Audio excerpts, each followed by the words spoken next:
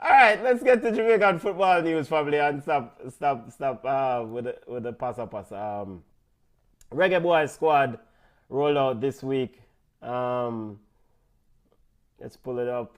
Reggae Boys squad rolled out in time for upcoming Nations League games on the 10th and the 14th. Reggae Boys will play Nicaragua on the 10th, and then they'll wrap up their group games against Honduras. Junior, talk to me about the squad. You have Blake, Davis, Waite are the goalkeepers. Lembegisa, Bernard, Lehigh, Lowe, Head of State. John Bell, Richard King, Davon Gray, Ethan Pinnock, Mason Holgate are the defenders.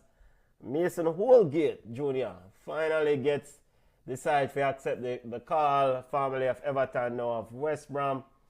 Midfielders, Casey Palmer, Corey Anderson, Bobby Reed, Joe Latibadier, Tariq McGee makes his return. Forwards are Cephas.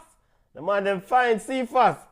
Ronaldo Cephas is back. Norman Campbell, Michael Antonio, Demari Gray, Kaim Dixon, big up yourself, and Romario Williams rounds out the squad for this coming match day. Watch along, ready up. Rodney Price is where's Greenwood? Junior, talk to me, where's Greenwood? He's recovering from an injury. What injury? Every baller recovering from an injury right now when they want to play international football. What? The Daily Mail, and normally we can't trust the Daily Mail. I will pull it up. There's an article in the Daily Mail that Mason Greenwood has not formally filed the paperwork to make the switch.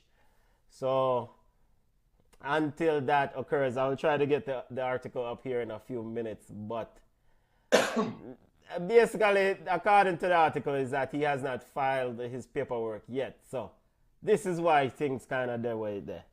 But Junior, Tariq McGee, Mason Holgate, new faces. Well, not new faces. New face for Mason Holgate, and Tariq McGee makes his return to the national team. I'm big up the Jamaica Football Lounge. Shad, somebody from the Jamaica Football Lounge. Rodney said, "Oh, JFF's alive." Big up Shad. I think Shad said that Mason Holgate can play the 6. You never know. Maybe Mason Holgate can, or is it that Damian Lowe going to go back and play central defenders, central midfield, a holding midfielder? You never know. We'll see Thursday. What? Wait, hold on. What? Wait. Let me see if I find this article. What? Mason, what? Do what? Mason Holgate going to what? Play what? Midfield? What are you talking about? I've heard somebody theorize that it's possible that Holgate can play the 6. Jamaica's been looking for... Who cares if Mason Holgate can play the 6? Who cares? I used to say, brother, you play a centre back you come to play. So how Latibadier play holding midfield? He won't play anymore. The dentist is not. No. Which is also an interesting question. It's a good thing you bring this up. You know, it's the move Latibadier to a midfielder now. Yes. John Russell was selected in the last team. I mean, again, the managers get to select their teams, or fit them teams, and do whatever they want to do. As a fan, from my opinion, the results are what's important. I can't tell you who to select. That's your thing. John Russell was selected as a midfielder in the last squad. But John Russell didn't see any action, but John Russell wasn't selected. Is there a sense that John Russell just failed in a training? John Russell... I don't know. Michael Hector, Lambert, none of them on the no forward back for this camp. And I don't know if I can't recall any discussion about those respective players at No, is John Russell tearing it up for his club? I don't know, Junior. All right, let's But focus on the squad. That's it. That's the problem. So if we're going to pick a team on merit, pick the team on merit. Who is playing for them current team and playing well, come play for the national team. Simple. I'm excited to see Terry McGee. I'm excited. I've been watching him at Colorado switchback, and he's been doing well. Now, I think there are a lot of us who would say, you know what, I'm tired of the Terry McGee has a legion of followers, and I who really value what Terry McGee brings to the table. And so for a long time, these followers has been advocating for Terry to get selected. So now is Terry McGee's chance. And I presume he walks into the starting 11. Why? He walks in the starting 11. Why? Because Casey Palmer above. But John Russell was there and not get one game. Why would think Tyreek McGee going to get game? I hope he gets game too, but that's the thing. Like, why are we bringing players and them not playing? And then, bring them back with no explanation. So, but yeah, I hope he gets to play, because I think he's a missing piece for the way how Jamaica is playing now. But where would Bobby Reid play? But notice that Bobby Reid is not in the squad. Well, yes, he's in midfield. Sorry. He is. I'm looking at the wrong part. He's in midfield. But Bobby Reid not for guaranteed not starting. I'm not saying he should be guaranteed. Yeah, Bobby Reid shouldn't be guaranteed in starting. Yeah. He played both games, the last 2 games, and he was instrumental in both games, we can say. So why would he not play now? So no, I'm not gonna go out on a limb and say that's instrumental. Okay, well, we'll see. Randy says by that metric, Damari Greer wouldn't get no game, aka why are we selecting players who not playing with the team? So True. Yeah, Damari Greer not playing a ball, so he might get selected. So but I mean, the previous match window, valuable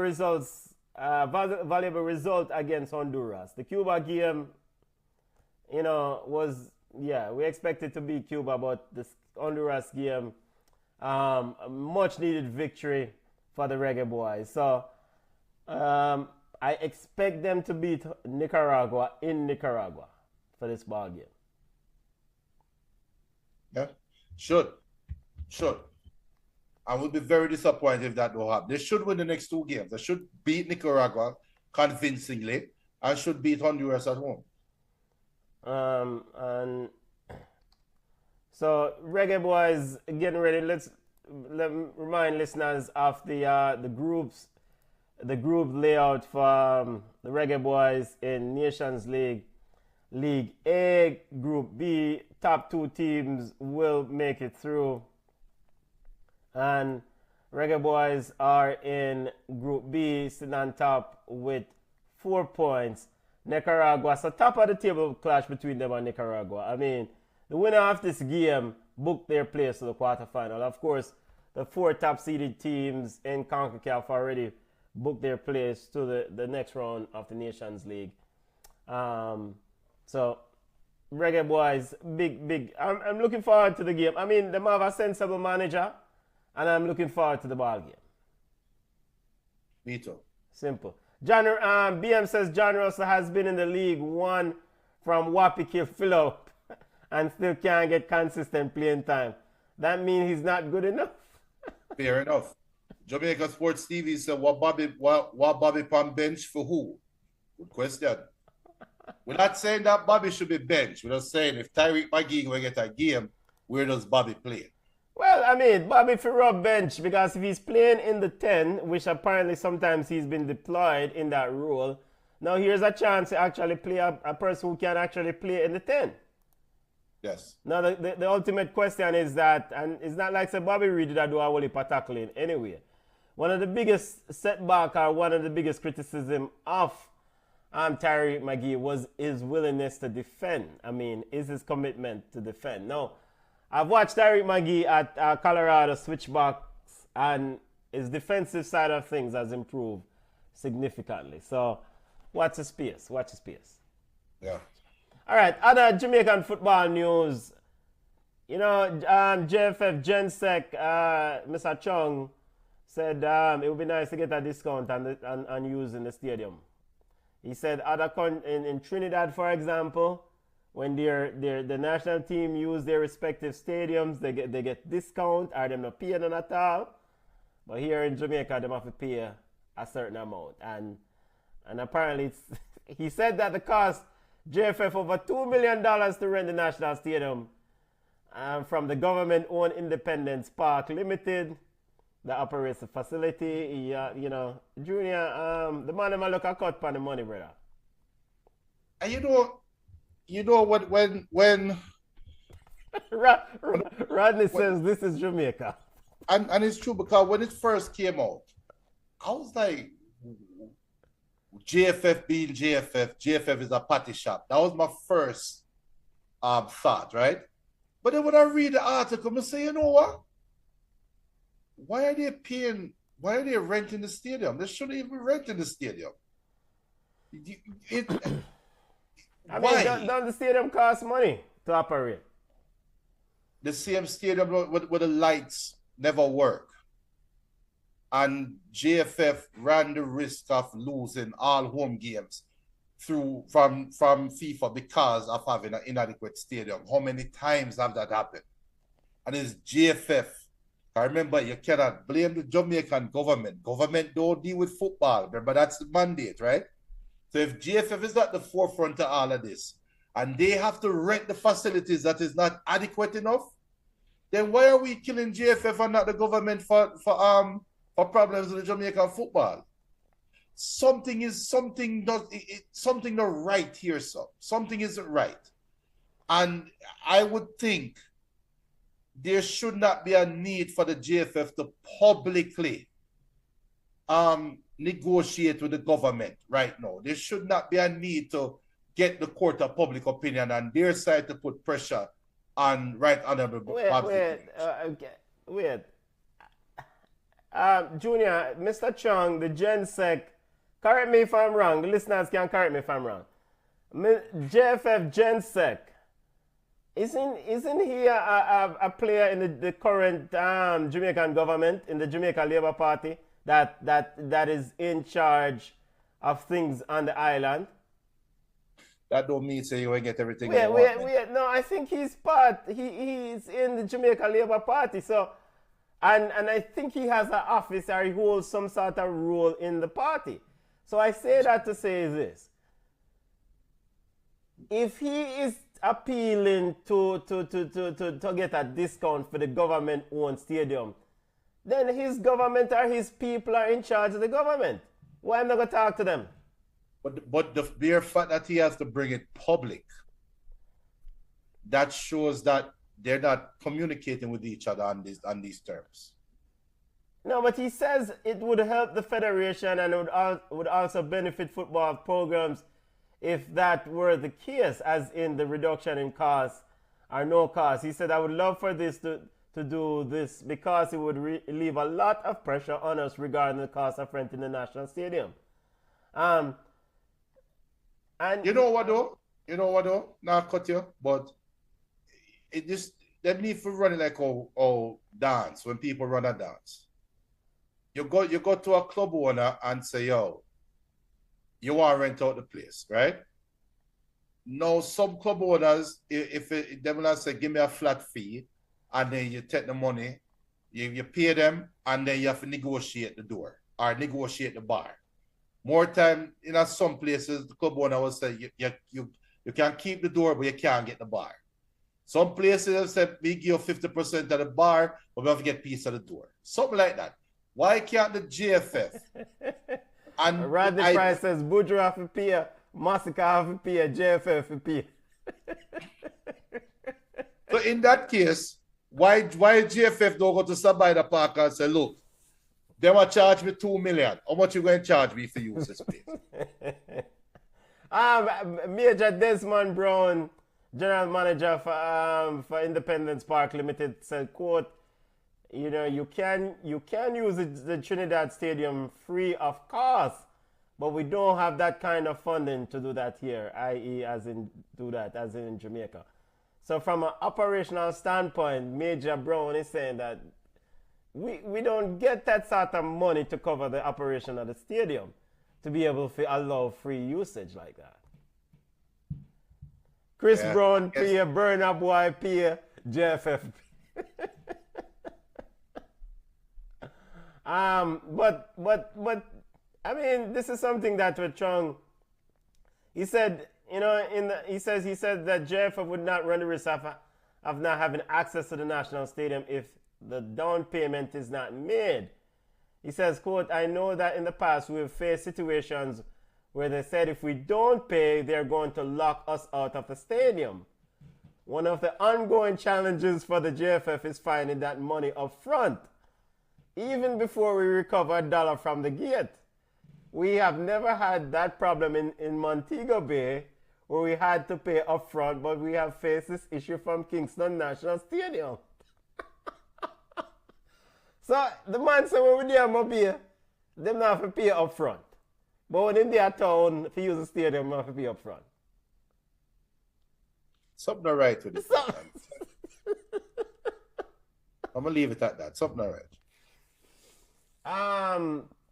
More to come. Do you see any sort of increase in the fee to use the stadium here after these comments? No, they can't increase the fee, but it might fracture the relationship a little bit, and you never know.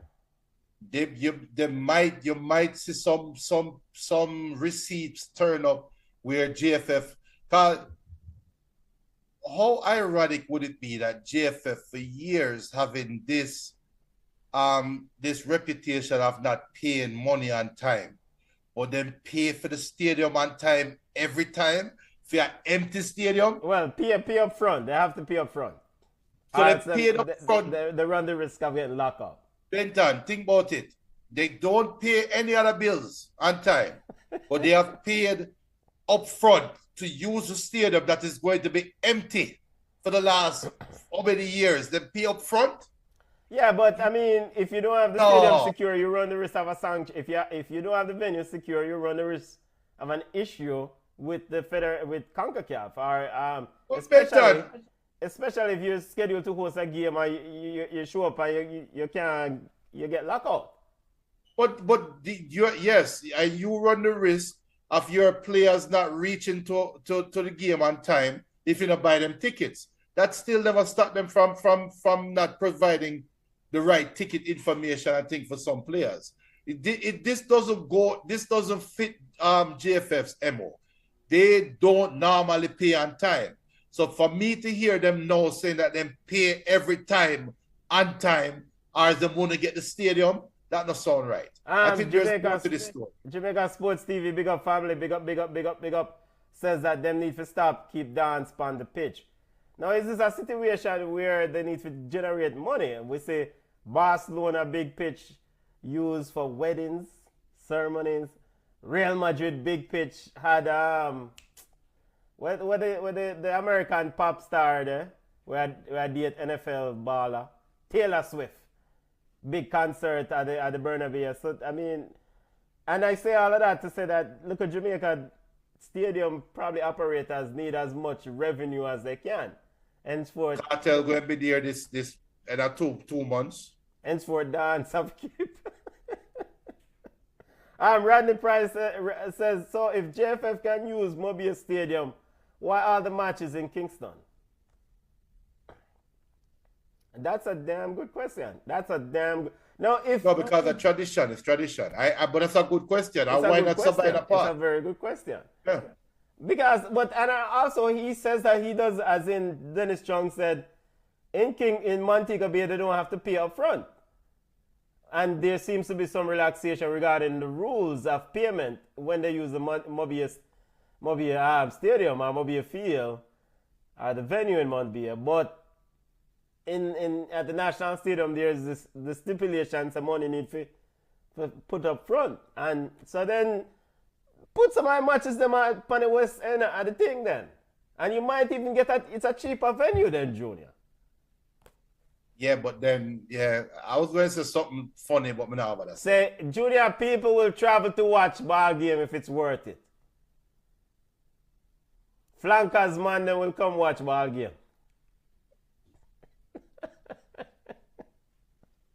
I'm not saying it. But questions were they tried to reach Minister Grange on this matter, but to no avail, without success.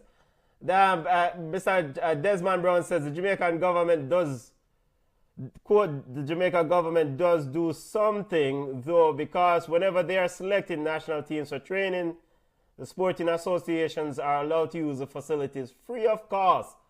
But for commercial activities, like when you are charging people to enter the facility, then you have to pay rent. However, when they are using the facility for training, they don't pay rent. Junior, so Mr. Brown just clarified the thing right there. So when you are trained, it's free. If you are charge people for coming in, you need to give your money. Nobody not going to give them, so the games them are practice games. Well, but that is not Mr. Brown's problem. Mr. Brown says you have a fee for your match thing, say you're not charged to enter. And with that, means that you need to give your money. Now, if you want to have free match, then you can use it for free. Them treat JFF like they are not part of the country. Jamaica Sports TV said something clear to brother. Our players struggling on the pitch, no home advantage, and I agree with that. True. So, true. So you're paying. Be like, what am I paying the $2 million for? With that, we can't get a good feel. The light them no work. We were killing JFF for the lights, right? No, we weren't killing JFF for the light. We were killing JFF because they knew the light weren't operational, and they decided to adhere to the late evening kickoff. And at the dying moment, CONCACAF said, "Brethren, you need to move the game till 3 o'clock." That's what we're killing JFF for, at least. It's something to right then. That's all I'm going to say. Something to right. No, but I thought in the same article that and big up this is an article by Robert Bailey, big up of the Jamaican Observer. Big up Robert Bailey. I think in the same article, Mr. Chung was asked if they made requests to try to and he said they haven't formally. If I don't, and let me see if I find if there was any formal request made to reduce or try to get this fee lowered.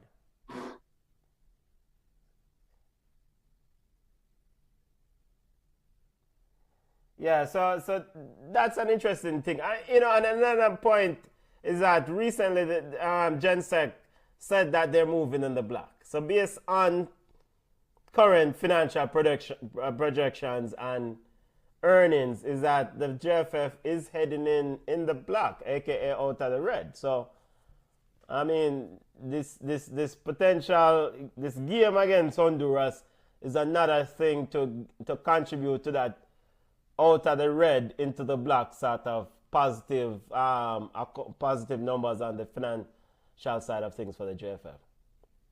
Yeah. He says, okay, he says, go ahead, Junior. Rodney said, me as a Jamaican taxpayer do not want to subsidize this effort.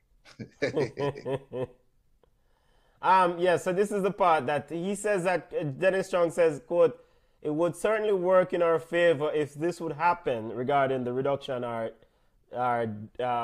freeness of the usage of the stadium. But he says, we haven't asked them to do it. We just go with it. I guess they, as in the government, have their own financial issues to deal with. But we've got that opportunity. It would definitely be one that we would welcome."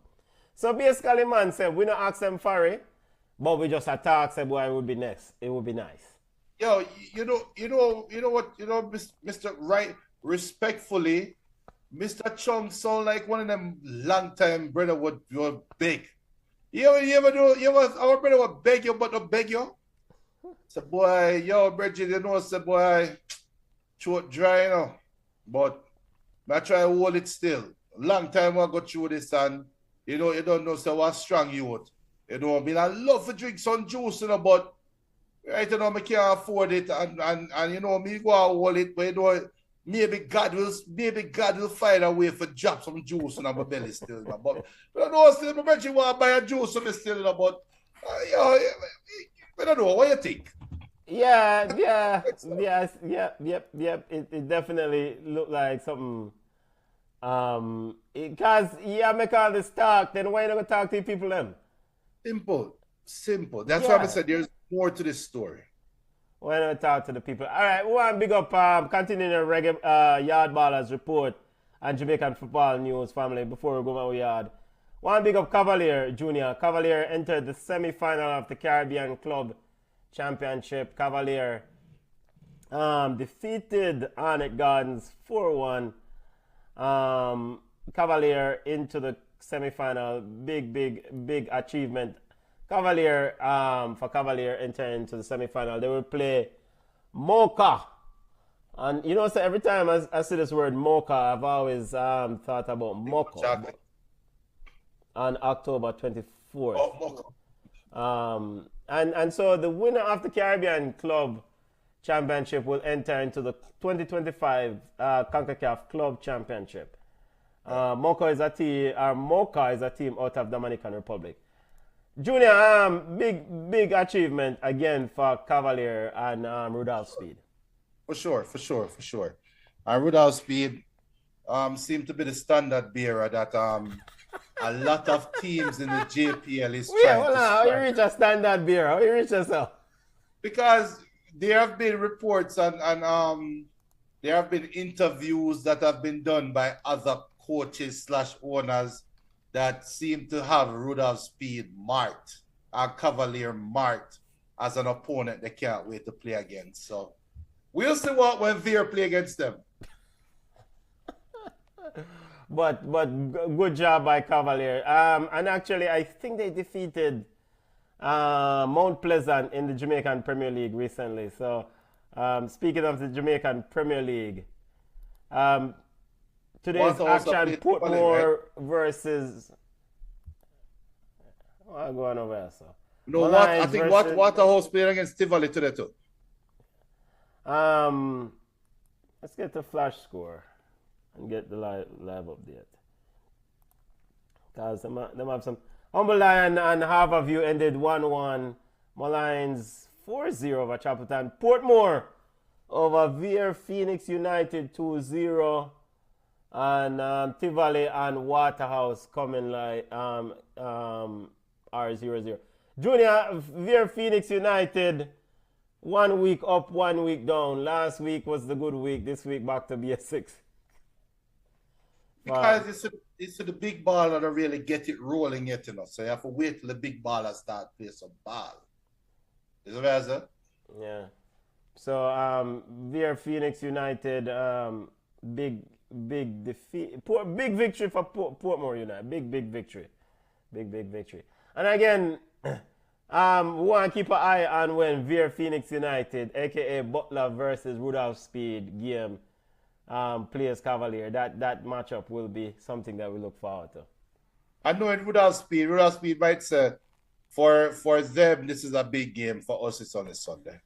Well, I mean, but because Cavalier are a big side. Rodney said kind of the big baller. Who is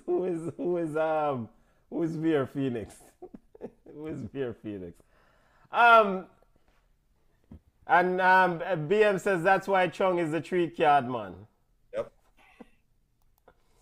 One highlight before we get out of here, family. One highlight a website.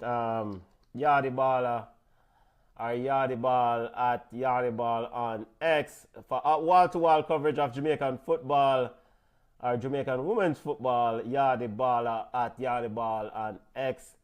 Bonnie Shaw again with another assist, and Man City. Bonnie Shaw with an assist.